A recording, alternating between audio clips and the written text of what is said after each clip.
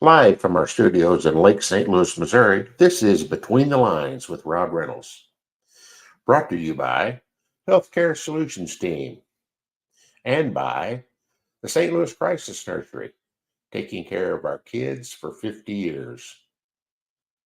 And now, Between the Lines. Good morning, everyone. Rob here.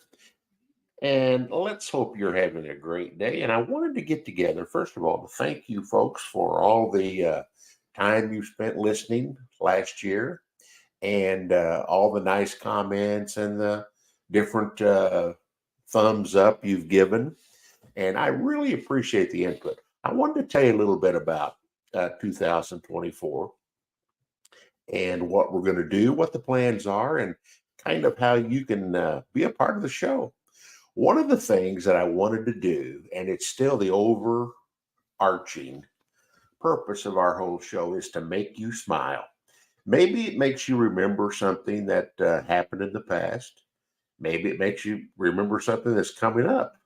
Um, but the thing is, for me, it's a success if you smile, if you had fun, or if you laughed out loud, or even if you didn't have any emotion, but you thought, well, I haven't thought about that in a long, long time. That's what it's all about. I think that basically humans are a funny bunch, and I still believe humans are the best, have good intentions at heart. I like to point those out. Now, remember whenever you used to say, "I'm just going to go to this and just watch people," while the other people were doing things, you were sitting there just watching people. And people are the most fun to watch when they don't know that you're watching, like at a big group, like a ball game or Six Flags or even a restaurant when they don't know you're watching.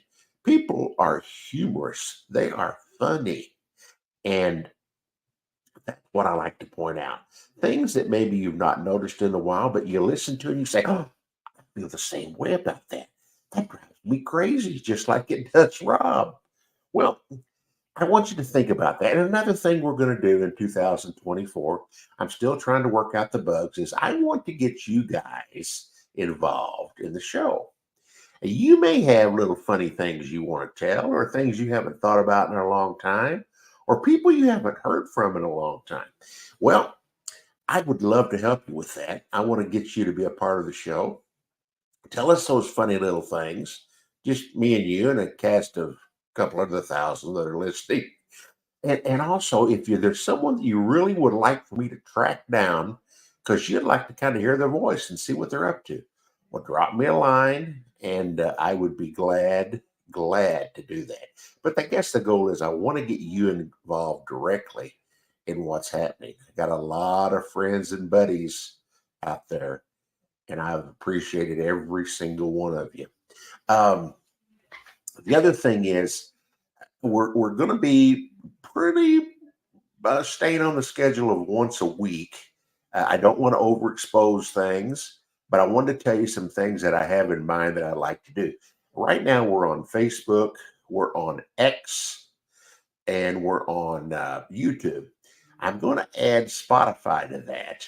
It'll take me a couple weeks to get through the details, but I do want to add Spotify, and then it will help me basically make it easier for you to listen and ultimately to smile and have a laugh for the day. Well, I wanted to leave you with a couple things that I've thought about. I do my best thinking at night when no one else, when my wife will hear me chuckling and she'll say, "Are you thinking about the next show?" I said, "Yeah, I am." Okay. Well, she said, "Well, go to sleep, would you?" So here's a couple things I thought about just before I went to sleep. I've told you before that I subbed a little bit in all the grades, K through 12 in high school. And each one of them are different. We all have our favorites. I loved kindergarten. Kindergarten was one of my favorites. Third and fourth grades were one of my favorites. Even middle school, we called them junior high, but I'm in middle school and they're much more obnoxious. I should say that. In some cases, they are. But I wanted to leave you with a little story I had in fourth grade one time. It was right after Thanksgiving, and we had a group time with all the kids sitting around there, and they had just got back from a break, and everything was all real cool and nice and laid back. And I thought, well, you know what? This would be a good time to kind of share in the morning to kind of see what they did on their Thanksgiving break and how their Thanksgiving day was. Now, and you kind of narrow that down. You don't want to give them to say how good was your break because they'll go into a rant about how every day was something. So I wanted to narrow it down to what they did on Thanksgiving dinner or day. So I asked, hey, somebody tell me what you did during Thanksgiving Day.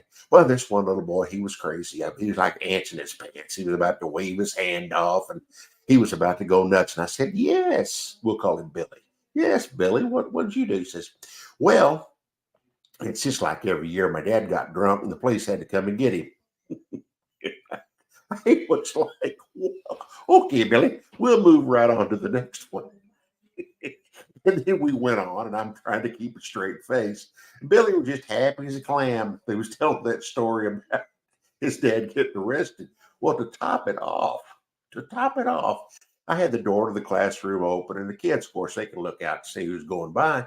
Well, the resource officer went by the classroom.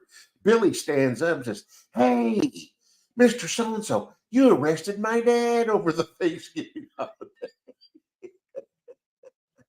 I thought, good Lord. Oh my goodness. I thought it was bad because we had little hand. No one got arrested.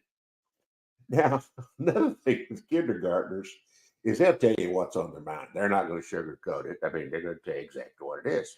So we'd always had a group session right at the first. And I always like to say, well, the biggest thing was trying to sit in those little chairs. Come on, give me some of the little chairs. I have trying to mash them to the ground. Well, anyway, I finally got situated in this little chair, and I said to this one kid, I said, "Hey, boys and girls, how old do you think I am?" This one kid raised his hand just as serious as he could be. He says, "I think you're about 85." I wanted to say, "Listen, son, I know where you live." But they'll tell you exactly what's on their mind without a doubt. Well, I tell you, I want to let you know what we've got coming up. I'm going to leave you with those two little funnies. I've got a bunch more I want to tell you later on. But we've come to the end of our time today on Between the Lines. And we'll see you soon online with Between the Lines. So long, everyone.